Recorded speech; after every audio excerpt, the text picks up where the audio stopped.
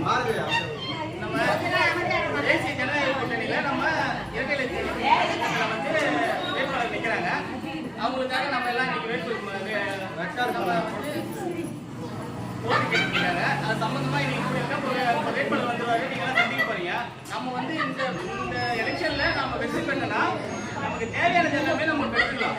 இப்போ வீடு இல்லாதவங்களுக்கு கண்டிப்பா இப்ப உங்க வீட்டுல ஒரு பையன் இருப்பான், அவனுக்கு வீடு இல்லாம இருக்கும். அப்பா அம்மா பேர்ல வீடு இருக்கும், அந்த பையனுக்கு வீடு இருக்காது. அவனுக்கு கண்டிப்பா ஒரு 10 ஏக்கர் இடத்த வளர்ப்பு எடுத்து ஒரு காங்கிரட்ல வீடு கட்டி கொடுக்க முடியும்னு எடப்பாடியார் வந்து தேர்தல் அறிக்கையில அறிவிச்சிருக்காரு. அது எங்களால வீடு வாங்கி கொடுக்க முடியும்.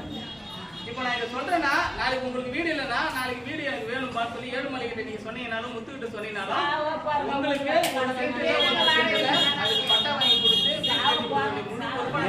யார் சொல்றேன்னா இந்த தேர்தல் அறிக்கையில எடப்பாடியார் கொடுத்துருக்காரு. நாளைக்கு நம்ம கேட்கலாம், ஏன்பா தேர்தல் அறிக்கையில பண்ணுங்க வீடு இல்லாத வீடு கொடுப்பேன்னு சொன்ன எங்க தெருவுல எங்க ஏரியாவில் மட்டும் தெருவில் வீடு இல்லாம இருக்கிறாங்க. இந்த பையனுக்கோ இந்த பொண்ணுக்கோ வீடு இல்லப்பா வீடு பண்ணி கேட்டு நம்ம அதை வாங்கி வீடு கொடுக்கலாம். அனைவருக்குமே என்ன தேவை? உண்ண உணவு, உடுத்த உடை, இருக்கு இருப்பிடம் தேவை. நம்ம எல்லாருமே உழைக்கிறோம், நாங்க எல்லாத்தையும் சம்பாதிக்கிறோம். யாருக்கும் பிரச்சனை இல்லை. இதுதான் நம்ம தேவை. இதை நம்ம பெற்றுவோம், அடிப்படை உரிமைகளை பெற்றுவோம். இங்க வந்து பாரதிய ஜனதா கட்சி அதனால இந்த கட்சி வேறுபடல. எல்லாமே ஒரே கட்சி தான். நம்ம எல்லாம் பாட்டாளி மக்கள் கட்சியா இருக்கட்டும், நம்ம கட்சியா இருக்கட்டும், எல்லாமே நம்ம ஒரே கட்சி தான். நம்ம பொறுத்தவரைக்கும் இந்த வார்டுல பாத்தீங்கன்னா ஏரிக்கரை ஓட்டத்தால ஒரு நாள் இல்லாம ஒரு நாள் வார்டு கவுன்சிலர் நம்ம அன்பு தம்பி ஏழுமலை கண்டிப்பா ஜெயிப்பாரு. அது உண்டான நடவடிக்கை நம்ம எடுப்போம். ஏன்னா நம்ம உண்மையாவும் ஒழிச்சாலும் எல்லாருக்கும்